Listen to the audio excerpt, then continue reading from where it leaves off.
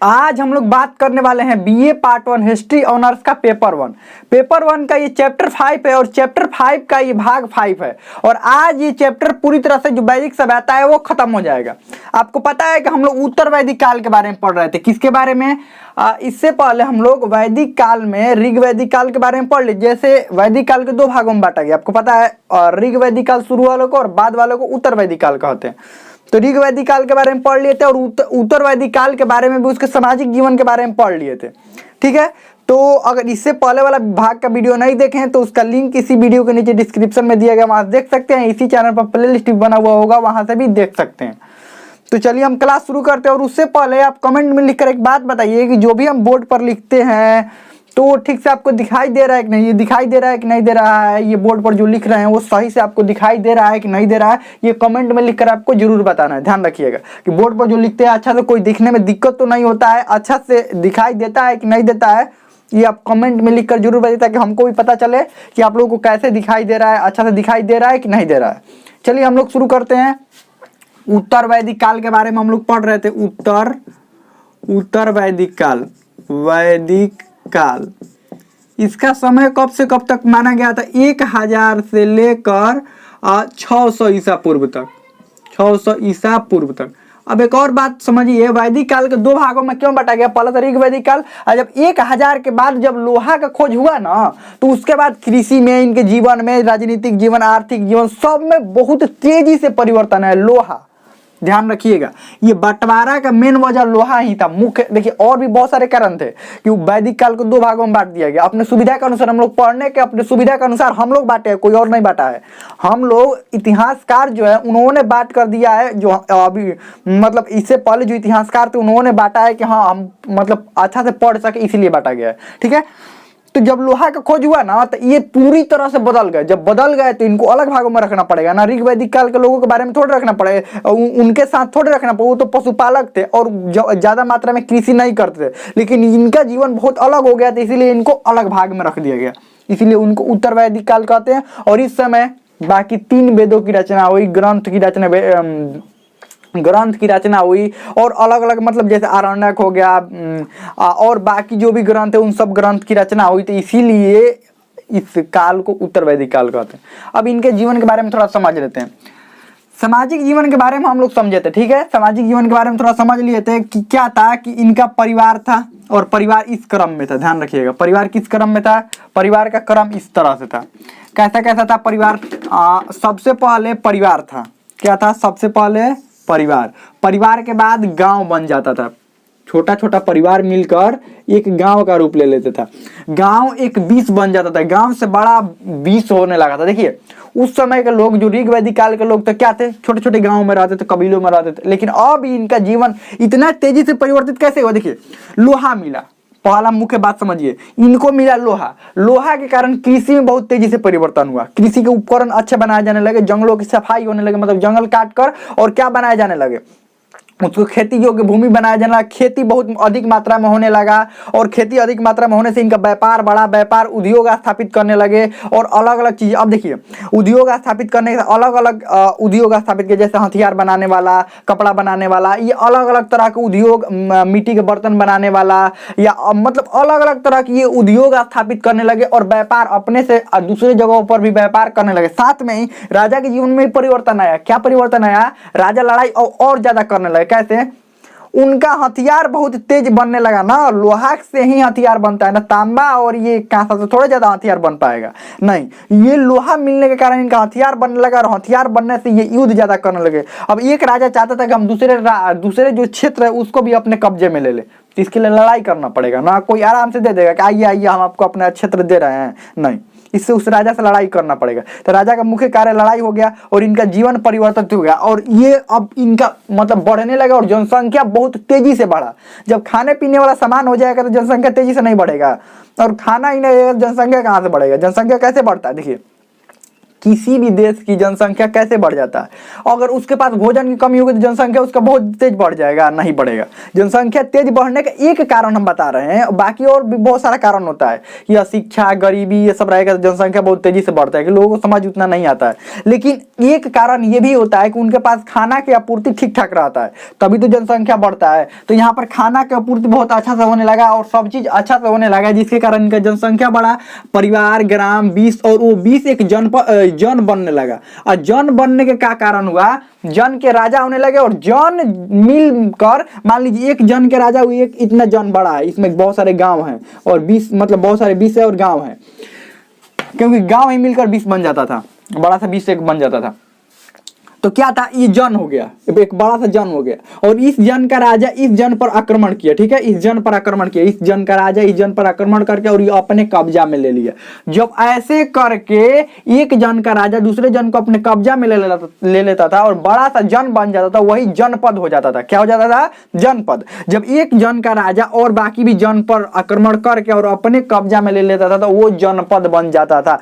आगे हम लोग महाजनपद काल के बारे में पढ़ेंगे, उसमें हम पढ़ेंगे कि जनपद क्या होता है। ये बड़ा सा जनपद और वो बहुत बड़ा क्षेत्र हो जाता है और राजा बहुत बड़े, राजा शक्तिशाली हो जाते, ध्यान रखिएगा।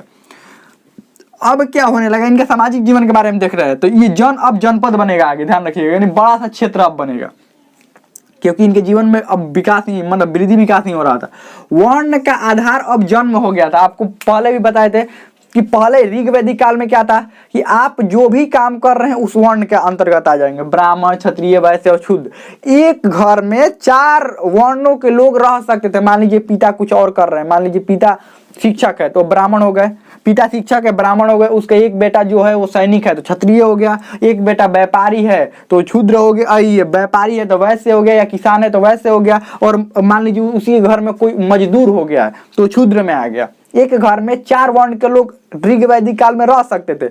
लेकिन उत्तर वैदिक काल आते आते इसको कठोर बनाया जाने लगा। अब कहा गया कि जो जिस वर्ण में है अब उसी वर्ण में रहेगा। अब उसको वर्ण परिवर्तन की अनुमति नहीं है और कार्य परिवर्तन की भी अनुमति नहीं। ध्यान रखिएगा, ना वर्ण बदल सकता है ना कार्य बदल सकता है। जब आप वर्ण नहीं बदल सकते हैं, मान लीजिए कोई क्षत्रिय है और अपना वर्ण नहीं बदल सकता है तो वो व्यापारी ही नहीं बन सकता, तो क्या वैसे के श्रेणी में आएगा? नहीं।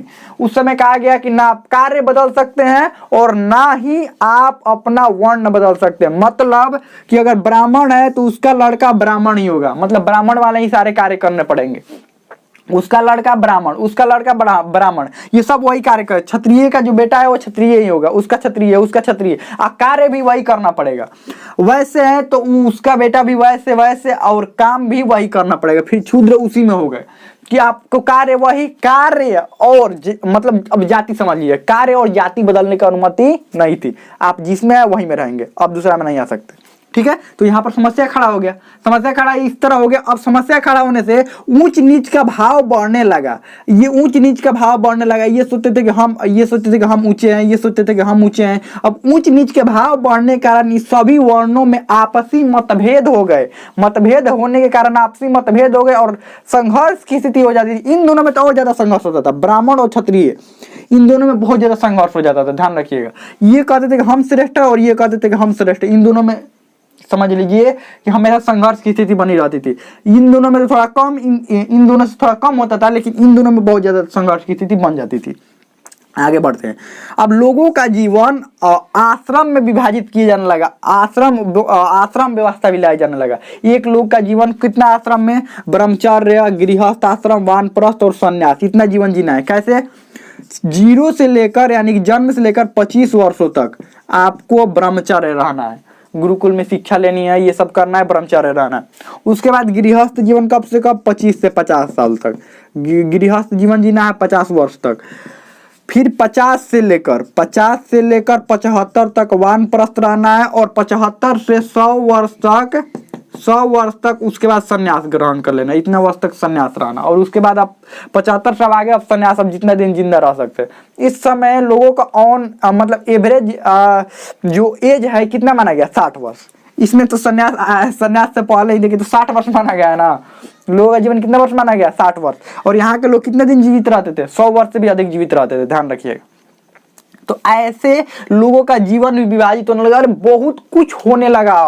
अब इनका बहुत कुछ इनके समाज में बहुत कुछ परिवर्तित। उस समय के लोग सिर्फ पशुपालक थे, कृषक थे, अपने जीवन में बस अच्छा रहते थे, लेकिन अब ये सब बदलने लगा। ठीक है, स्त्री की स्थिति देखिए, उस समय स्त्री की स्थिति क्या थी, लगभग बराबर ही चलता रहता था। ऋग वैदिक काल में जो महिलाओं की थी जो समाज था अभी भी पितृसत्तात्मक था, और उस समय भी ऋग वैदिक काल में भी पितृसत्तात्मक। लेकिन यहाँ पर क्या हुआ, स्त्रियों की स्थिति थोड़ी खराब होने लगी। कैसे खराब होने लगी, अब इस सब का वर्चस्व बढ़ने लगा ना, इन सब लोगों का वर्चस्व बढ़ने लगा, तो स्त्री की जो स्त्री की स्थिति है थोड़ी सी खराब होने लगी। और लेकिन थोड़ी सी खराब अब स्थिति उनको होने लगी, स्त्रियों की पर्दा प्रथा ये सब थोड़ा थोड़ा चालू होने लगा, हल्का हल्का चालू होने लगा, इस सब के लक्षण हल्का हल्का दिखाई देने लगे थे। लेकिन उस समय भी प्रसिद्ध स्त्रियां थी जो अपना नाम ऊंचा की समाज में कुछ अच्छा कार्य करके, जैसे मैत्री, गार्गी, कात्यायनी, ये सारी स्त्रियां जो थी उस समय की बात करें उत्तर वैदिक काल में, ये सब अपने रचनाओं के बल पर, अपने अच्छे अच्छे ग्रंथों की रचनाओं के बल पर अपना नाम कर ली। मतलब इनका नाम ठीक ठाक नाम था, ध्यान रखिएगा। और विवाह 8 प्रकार के होते थे इनके समाज में, विवाह 8 प्रकार के प्रचलित थे, जिसमें से अनुलोम विलोम विवाह सबसे ज्यादा प्रचलित थे। अनुलोम का मतलब ये होता था कि अगर एक ही वर्ण में शादी हुआ तो अनुलोम विवाह हो गया, और विलोम मतलब उल्टा, अगर एक वर्ण का व्यक्ति और दूसरा वर्ण में शादी करता है तो विलोम विवाह हो जाता था। ध्यान रखिएगा, अनुलोम मतलब एक ही वर्ण की शादी एक ही वर्ण में हुआ तो अनुलोम विवाह, और विलोम विवाह क्या होता था, एक वर्ण की शादी दूसरे वर्ण में जब हो जाती थी तो विलोम विवाह हो जाता था। ध्यान रखिएगा, अनुलोम और विलोम, ध्यान रखिएगा यहाँ पर विवाह की 2, अनुलोम और विलोम विवाह।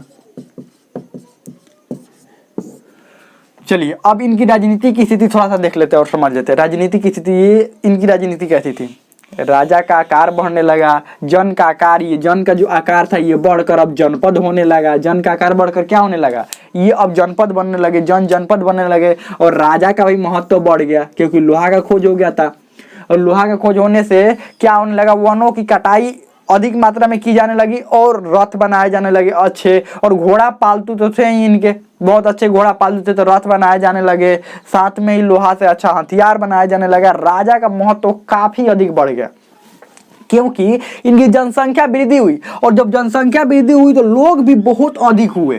और देखिए जब लोग बहुत अधिक हुए, जब लोग इनका क्षेत्र बहुत अधिक हुआ तो राजा जो थे वो राजा की शक्ति में वृद्धि हुई। और राजा देखिए राजा की शक्ति में वृद्धि कैसे आगे हम बताते हैं और कैसे इनकी वृद्धि हुई। राजा का जो कार्य है ये कैसे चलता था, सैनिक, हाँ ये लोग अब सैनिक भी रखने लगे थे। और एक बात, राजा का पद अब वंशानुगत होने लगा था। क्या होने लगा था, वंशानुगत, जैसे यहाँ पर ही वंशानुगत हो गया था ना, ये ब्राह्मण, क्षत्रिय, वैश्य, शूद्र, ये सब, ये जब वर्ण व्यवस्था जब वंशानुगत हो गया था कि वंश के आधार पर ही, तो राजा का क्या वंशानुगत नहीं होगा, राजा भी वंशानुगत होने लगे थे। अब राजा का बेटा राजा ही बनने लगा था, राजा के बेटा को राजा बनने की ही प्रशिक्षण दिया जाने लगा था, ट्रेनिंग। जब प्रशिक्षण दिए जाने लगेगा तो क्या वो बेहतर राजा नहीं बनेगा, बेहतर जरूर बनेगा। लेकिन ये सब हो नहीं पाता है ना, सब राजा के लड़के सोचेंगे कि बेहतर बन जाएंगे तो नहीं। अभी आगे पढ़ेंगे देखिएगा, ये राजा का लड़का वो राजा के लायक होता ही नहीं था, राजा बनने के लायक ही नहीं होता था, तो वंश को ही समझ लीजिए कि नष्ट कर देता था। एक बात समझिए ना, आप आगे सब जब आगे इतिहास पढ़ेंगे तो देखेंगे हम लोगों ने क्या सुना है कि राजा का बेटा राजा बनता है, बन जाएगा राजा, लेकिन ज्यादा दिन तक रह नहीं पाएगा। अगर वो योग्य नहीं होगा ना तो ज्यादा दिन तक रह नहीं पाता है। राजा के बेटा राजा बन सकता है लेकिन उसमें योग्यता होनी चाहिए, अगर योग्यता नहीं हुआ तो ज्यादा दिन तक राजा नहीं रह सकता है। या तो जनता उसको हटा देगी विद्रोह करके, या उसी को राज्य में या उसी के दरबार में रहने वाला उसको हटा देगा वहां से, ध्यान रखिएगा।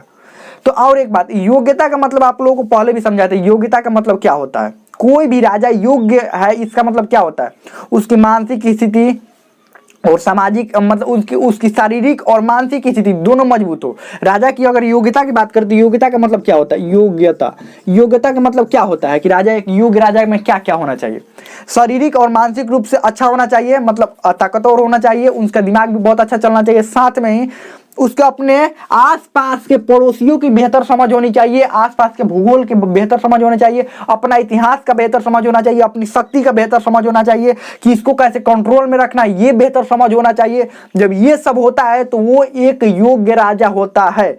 लेकिन योग्य राजा है इसका मतलब ये नहीं कि वो जनता का भलाई ही करेगा, अगर योग्य राजा है तो इसका मतलब ये नहीं है कि वो जनता का भलाई ही करेगा, जनता से उल्टा काम भी कर सकता है। अधिकतर मामलों में ये देखा गया है कि जो राजा ताकतवर हो जाता है वो जनता के ठीक उल्टा काम करने लगता है। हाँ, कुछ मामलों में ये भी देखा गया है कि राजा ताकतवर होने के बाद भी जनता की भलाई के बारे में सोचता है, लेकिन अधिकतर मामलों में ये देखा गया है कि जब राजा के पास शक्ति होती है तो उल्टा पुल्टा काम करने लगता है। ध्यान रखिएगा। तो यहाँ पर पद वंशानुगत होने लगे थे, सभा और समिति भी थी। पता है ना कि राजा को नियुक्त करने के लिए सभा और समिति का बहुत ही ज्यादा पावर था, बहुत ही ज्यादा शक्ति था ये ऋग वैदिक काल में। लेकिन यहाँ पर सभा और समिति का महत्व बहुत ही कम हो गया, एकदम अब ना के बराबर सभा और समिति का महत्व हो गया, राजा का महत्व सबसे अधिक बढ़ गया। कर व्यवस्था का विस्तार किया गया और ये कर व्यवस्था सबको देना अनिवार्य कर दिया गया। ये ऋग वैदिक काल में जो राजा होते थे उनको जनता द्वारा कर दिया जाता था, लेकिन वो कर ये नहीं था कि निश्चित ही नहीं था कि आपको देना है, मन है तो दीजिए, नहीं मन है तो मत दीजिए। लेकिन यहाँ पर कर व्यवस्था सबके लिए जरूरी कर दिया कि आपको कर देना ही है। जब कर, देखिए जनसंख्या बढ़ा, लोग जब कर देंगे तो क्या होगा, जनसंख्या बढ़ेगा, लोग कर देंगे तो राजा के पास धन अधिक आएगा ना, और जब राजा के पास धन अधिक आएगा तो क्या होगा, राजा की शक्ति में वृद्धि होगा कि नहीं होगा। यहाँ पर राजा की शक्ति में वृद्धि हुआ, राजा के पास धन बहुत अधिक आया, और धन आने के कारण अब एक और बात, राजा का काम क्या था, लड़ाई करना। तो युद्ध की संख्या में वृद्धि होगी या कमी होगी, वृद्धि हुई। युद्ध की संख्या में वृद्धि हुई, सैनिकों की संख्या में राजा ने वृद्धि किया, हथियार बहुत ज्यादा बनाए जाने लगे, क्योंकि राजा के पास पैसा आएगा तो यही सब राजा करेंगे। हाँ, जनता के भलाई में भी कुछ खर्च करते थे, लेकिन अधिक मात्रा में किस चीज में खर्च करते थे, अपने पर मतलब साम्राज्य विस्तार में, अपना साम्राज्य विस्तार करने लगे, सैनिकों पर, हथियार पर, ये सब पर राजा अपना पैसा खर्च करने लगे। ध्यान रखिएगा, सैनिकों की संख्या में वृद्धि हुई थी। अब इनका आर्थिक जीवन, आर्थिक का मतलब उनका जीवन किस पर आधारित था, प्रमुख व्यवसाय इनका कृषि हो गया। अब कृषि, और दूसरा नंबर में पशुपालन। कृषि और पशुपालन, पशुओं के बारे में बताते, कौन कौन से पशु पालते थे, वही पशु यहाँ पर भी पालते थे। कृषि, अब इनका बहुत ज्यादा कृषि हो गया था। अब इनका सिर्फ जीवन निर्वाह कृषि, एक जीवन निर्वाह कृषि होता है कि मतलब इतना ही उनको कृषि हो, जीवन निर्वाह कृषि का मतलब ये होता है कि उतना ही कृषि हो जितना कि अपना जीवन चल पाए। लेकिन इनके पास जीवन निर्वाह कृषि से भी ये लोग अधिक कृषि करने लगे थे। जो भी फसलें उपजाते थे ना, व्यापार करने लगे थे, अपने के साथ साथ ये विदेशों में भी व्यापार करने लगे थे।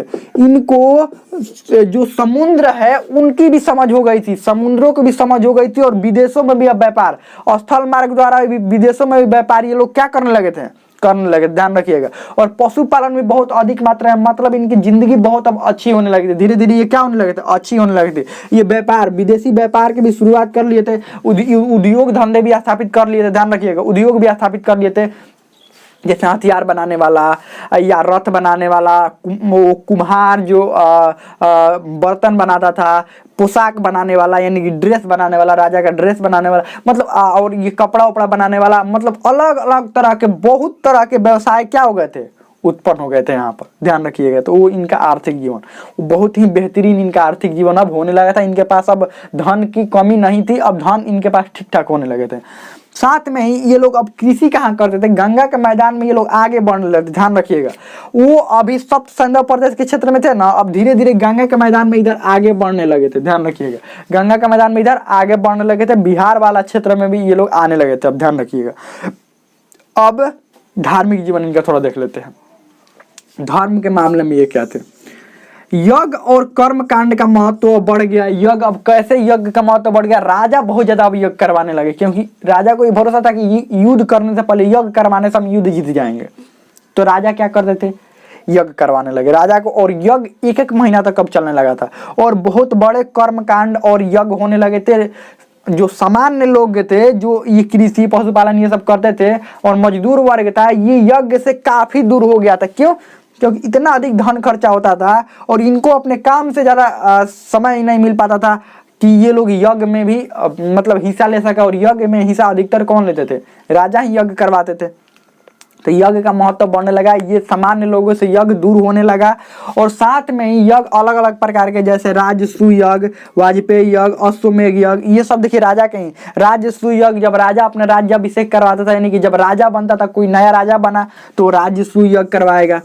और ये वाजपेयी यज्ञ, अब क्या होता था, राजा जो बना है अब अपना शक्ति का प्रदर्शन करना है, आसपास वाले लोगों को डराना है, तो क्या करता था, आसपास वाले राजा को इनविटेशन देता था, आइए हमारे यहाँ, हम वाजपेयी यज्ञ करवा रहे हैं। यज्ञ करवाता था और अपना शक्ति का प्रदर्शन कराता था कि देखिए हमारे यहाँ इतने हाथी है, इतने घोड़े हैं, इतना हथियार है।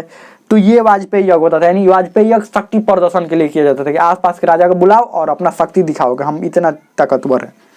साथ में अब अश्वमेध यज्ञ भी करवाया जाने लगा। ये तो अश्वमेध यज्ञ तो आप लोग जानते भी होंगे। ये क्षेत्रफल, अपना क्षेत्रफल विस्तार के लिए किया जाता था। एक घोड़ा छोड़ा जाता था और जो भी मान लीजिए यहाँ से एक घोड़ा छोड़ा गया और ये घोड़ा इस राज्य में आ गया, इस राज्य में आ गया, अगर यहाँ के राजा ने उस घोड़ा को रोक लिया तो समझिए इस राज्य के साथ इसका युद्ध करना पड़ेगा, और नहीं रोका तो युद्ध नहीं करना पड़ेगा। और ये राजा समझेगा कि ये भी हमको अपना हमारे अधीन, ये भी अब आ गया, बिना युद्ध के ही हमारे अधीन आ गया। मतलब यहाँ से घोड़ा छोड़ा गया ना, यहाँ पर घोड़ा हुआ आया, ठीक है। और इस राज्य के राजा ने उस घोड़ा को कुछ नहीं किया, तो कुछ नहीं मतलब पकड़ा नहीं, अगर पकड़ लिया तो समझिए इन दोनों में अभी युद्ध।